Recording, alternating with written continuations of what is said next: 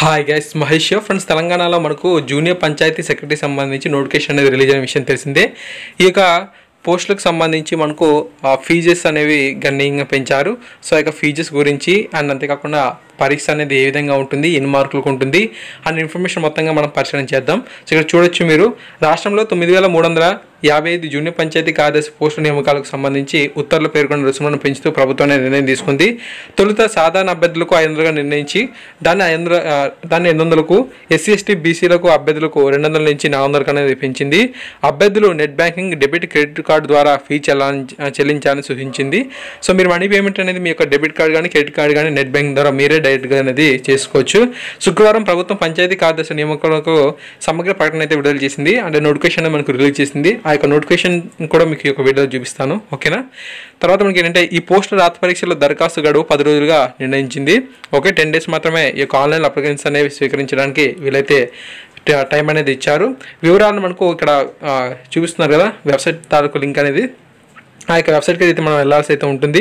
So దరఖాస్తులను కూడా మనకు ఈ యొక్క వెబ్సైట్లో అప్లై చేసుకోవడానికి అయితే ఇచ్చారు. సెప్టెంబర్ 3 నుంచి 12 వరకు కూడా దరఖాస్తు చేసుకోవచ్చు అని 11వ తేదీలోగా ఫీజు అని చెల్లించాలని మనకు షరతు అయితే విధించింది.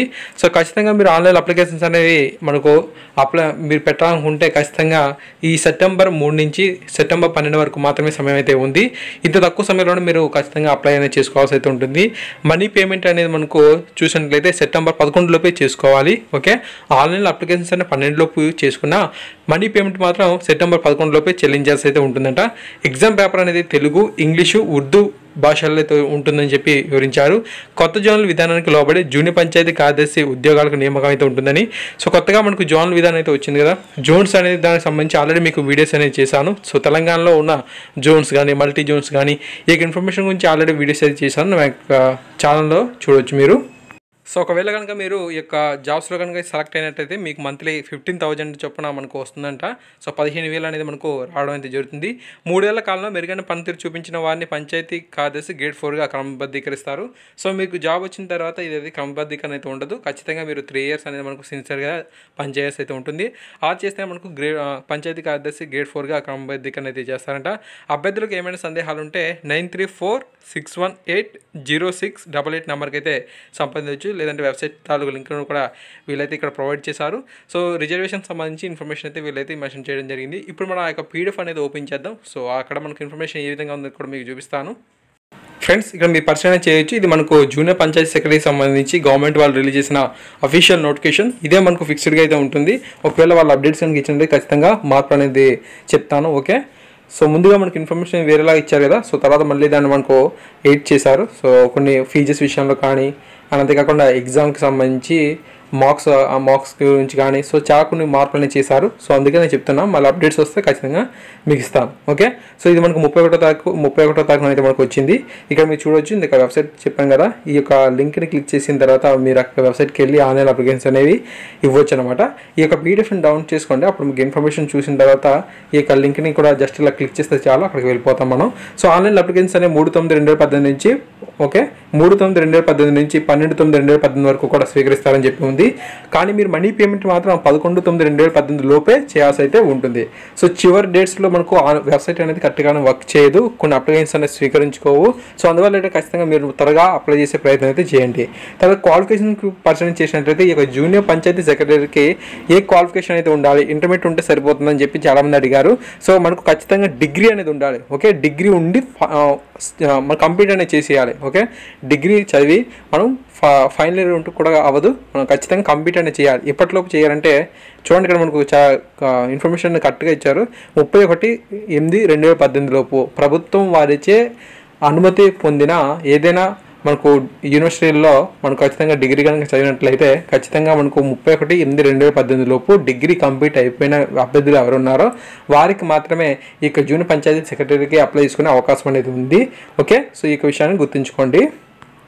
అండ్ అంతేకాకుండా మీకు ఖచ్చితంగా కొంచెం మనకు నాలెడ్జ్ అనేది కంప్యూటర్ సంబంధించి కూడా ఉండాల్సి అయితే ఉంటుంది. ఓకే, సో తర్వాత మనకి ఏంటంటే 18 నుంచి 39 ఏళ్ళ వయసు అనేది ఏజ్ లిమిట్ అనేది ఇచ్చారు. ఓకే, 18 నుంచి 39 ఇయర్స్ అనేది మనకు ఏజ్ లిమిట్గా ఇవ్వడానికి జరిగింది. అది కూడా 31/8/2018 లోపే ఉండాలి. అయితే మనకి అప్పర్ ఏజ్ రిలాక్సేషన్ కూడా ఇచ్చారండి.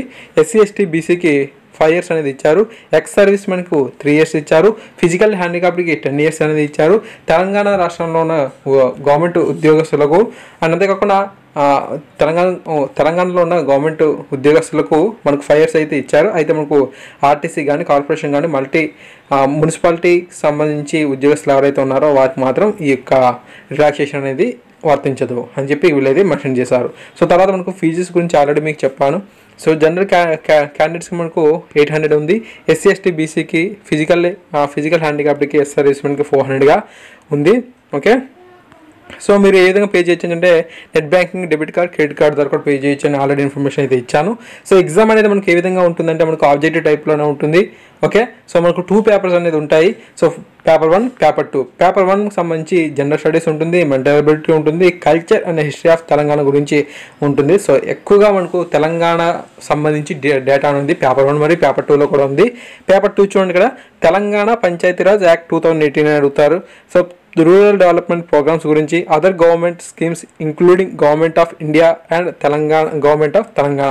చూసారు, తెలంగాణ గురించి మనకి ఎక్కువగా ప్రయారిటీ అనేది ఇస్తూ మనకు నోటిఫికేషన్ అనేది ఇచ్చారు. సో క్వశ్చన్స్ చూసినట్లయితే 100గా ఉన్నాయి. సో పేపర్ 1కి సంబంధించి 100 క్వశ్చన్స్ ఉంటాయి. డ్యూరేషన్ మనకు 120 minutes ఇచ్చారు. మార్క్స్ అనేది మనకు 100 అనేది ఉంటుంది. పేపర్ 2 కూడా 100 questions, 120 minutes, 100 marks అనేది అనేది జరుగుతుంది. ఎగ్జామ్ పేపర్ చెప్పాం కదా, తెలుగు, ఇంగ్లీషు, ఉర్దూ భాషల్లో అయితే ఉంటుందని చెప్పి ఇచ్చారు.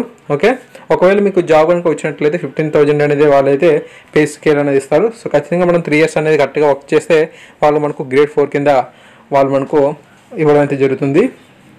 ఓకే, సో మీకు ఏమైనా డౌట్స్ ఉంటే ఖచ్చితంగా మీరు కంప్లైంట్స్ అనేది అంటే వాళ్ళకి ఏమైనా సలహాలు సందేహాల కోసం ఈ యొక్క నెంబర్స్కి మీరు కాల్ చేయొచ్చు అని చెప్పి ఇందాక చెప్పాను. లేదంటే మీరు మెసేజ్ ద్వారా కూడా ఈ యొక్క టైమింగ్స్లో మీరు ఖచ్చితంగా వాళ్ళని కాంటాక్ట్ అయితే అవ్వచ్చు. ఓకే, సో తర్వాత మనకి ఏంటంటే సో ఒకవేళ కనుక మీరు ఫైనల్ సెలక్షన్కి వెళ్ళిపోయారు అనుకుందాం క్వాలిఫై అయిన తర్వాత. సో అప్పుడు మనకి ఏంటంటే ఖచ్చితంగా Aadhaar card and ID proof ఉండాలి. అండ్ అంతేకాకుండా మనకు ప్రూఫ్ ఆఫ్ ఎడ్యుకేషన్ క్వాలిఫికేషన్స్ ఉండాలి, డేట్ ఆఫ్ బర్త్ అయితే ఉండాలి, స్కూల్ స్టడీ సర్టిఫికేట్ అనేది ఉండాలి. సో స్టడీ సర్టిఫికేట్ ఖచ్చితంగా మనకు 4th నుంచి 10th వరకు అనేది ఉండాల్సి అయితే ఉంటుంది. ఒకవేళ మనకు చూసినట్లయితే ఖచ్చితంగా మనకు ఈ యొక్క స్టడీ సర్టిఫికేట్ అనేది కొంచెం ఇబ్బంది కనుక అనిపించినట్లయితే మీకు రెగ్యులర్గా కంటిన్యూస్గా చదివిన 4 years తాలూకు స్టడీ సర్టిఫికేట్ ఉన్నా పర్వాలేదు. ఒక తర్వాత మనకు ఒకవేళ మీరు జాబ్ హోల్డర్ అనుకుందాం. సో ఇప్పుడు ఆల్రెడీ జాబ్ అనేది చేస్తున్నారు, లక్కీగా ఇది కూడా తగిలేసిందంటే అప్పుడు మీ ప్రీవియస్ జాబ్ ఏదైతే ఉందో సో వారి నుంచి ఎటువంటి అబ్జెక్షన్ లేకుండా ఉండేలాగా మనం సర్టిఫికేట్ అనేది తీసుకొని ఈ యొక్క జాబ్లోకి జాయిన్ అయిపోవచ్చు. ఓకే, సో తర్వాత మనకి ఇక్కడ ఇన్ఫర్మేషన్ మొత్తంగా ఉంది. ఇది మనకు 4th page. Okay, 4th page మొత్తాన్ని మీరు అయితే చూసుకోవాల్సి అయితే ఉంటుంది. ఒకవేళ మీరు హ్యాండిక్యాప్ అయితే ఖచ్చితంగా మనకు మెడికల్ సర్టిఫికేట్ అనేది ఉంటుంది. సో ఆ విధంగా మీకు సబ్మిట్ అనేది చేయాల్సి అయితే ఉంటుంది. సో ఇవన్నీ మీకు సంబంధించినవే ఇచ్చారన్నమాట. ఓకే, సో 4th page అనేది కొంచెం బాగా చదువుకోండి. ఓకే, తర్వాత మనకు లోకల్ గురించి అయితే ఇచ్చారు, ఎవరు మనకు లోకల్ క్యాండిడేట్స్ పరిధిలోకి వస్తారు, అండ్ అంతేకాకుండా సెలక్షన్ అనేది ఏ విధంగా ఉంటుంది అన్ని ఇన్ఫర్మేషన్ అయితే వీళ్ళైతే ఇక్కడ ఇవ్వడం అనేది జరిగింది. సో ఇందుకు ఆల్రెడీ మీకు చెప్పాను ఎగ్జామినేషన్ అనేది ఏ విధంగా ఉంటుంది అనేది. సిలబస్ మీద పరిశీలన చేసినట్లయితే general studies and mental ability సంబంధించి 100 questions అనేవి ఉంటాయి. 100 marks అనేది ఉంటుంది. 120 minutes అనేది టైం ఇస్తారు. Current affairs, regional, national and international relations and events, general science in everyday life, environment issues and disaster management, geography and economy of India and Telangana, India constitution and అంతేకాకుండా India politician system and government, modern India, history with a focus on Indian national movement, history of Telangana and Telangana movement, society, culture, heritage, arts and literature of Telangana, policies of Telangana. చూసారు కదా, మొత్తంగా మనకు చూసినట్లయితే తెలంగాణకు సంబంధించి information అనేది మనకి ఎంత ఎక్కువగా డెప్త్గా ఇవ్వడం జరిగింది. సో మీరు ముఖ్యంగా బేసిక్స్ నుంచి గట్టిగా పట్టుకుంటే ఖచ్చితంగా మీరు ఈ యొక్క తెలంగాణకు సంబంధించి ఇన్ఫర్మేషన్ని బాగా గ్యాదర్ చేసుకొని చదివినట్లయితే మంచి స్కోర్ అనేది వచ్చే అవకాశాలు అయితే ఉంటాయి. ఓకే, సో ఇక్కడ మీకు సంబంధించి పేపర్ 2కి సంబంధించి కూడా సిలబస్ అనేది వీళ్ళైతే ఇవ్వడం అయితే జరిగింది. సో ఖచ్చితంగా మీరు బాగా వీటిని ఫోకస్ అనేది చేస్తూ ఉండండి. ఓకే, సో జిల్లాల వారీగా మనకు చూసినట్లయితే ఇక్కడ మీరు చూడొచ్చు వేకెన్సీస్ అనేవి ఎన్ని ఉన్నాయి. సో జిల్లాల వారీగా మనకు ఉన్నట్లుగా వీళ్ళైతే ఇచ్చారు. ఓకే, సో ఆదిలాబాద్ సంబంధించి 335, భద్రాద్రి కొత్తగూడెం 387, జగిత్యాల 288, జంగోన్ మనకు 206. సో ఈ విధంగా మనకు చాలా జిల్లాల వారీగా మనకు సమాచారం అయితే ఉంది. సో క్యాస్ట్ వారీగా అంటే మనకు బీసీఏ, బీసీబీ, ఎస్సీ, ఎస్టీ ఇలాగా ప్రతి ఒక్కరికి సంబంధించి, అండ్ అంతేకాకుండా విజువల్ హ్యాండిక్యాప్డ్ కానీ, హెచ్ఎస్ కానీ, ఓహెచ్ కానీ, సో ఇలాగ కేటగిరీస్ వైజ్గా మొత్తం సమాచారం అయితే ఇలా ఉందన్నమాట. సో మనకి ఈ పోస్టులు అనేవి 9,355 పోస్టులు అయితే ఉన్నాయి. సో ఈ విధంగా మనకు పూర్తి ఇన్ఫర్మేషన్ అయితే ఉంది. ఈ పీడిఎఫ్ తాలూకు లింక్ అనేది వీడియో డిస్క్రిప్షన్లో ఇచ్చాను. సో దయచేసి అభ్యర్థులు మరింత పూర్తి సమాచారం తెలుసుకోవడానికి ఈ యొక్క పీడిఎఫ్ని అయితే డౌన్లోడ్ చేసుకోండి. So thanks for watching this video. Updates కనుక వచ్చినట్లయితే ఖచ్చితంగా మీకు డైలీ అప్డేట్ అని ఇస్తూ ఉంటాను. మీరు మన ఛానల్ సబ్స్క్రైబ్ చేసుకోవాల్సి అయితే ఉంటుంది. So thanks for watching this video.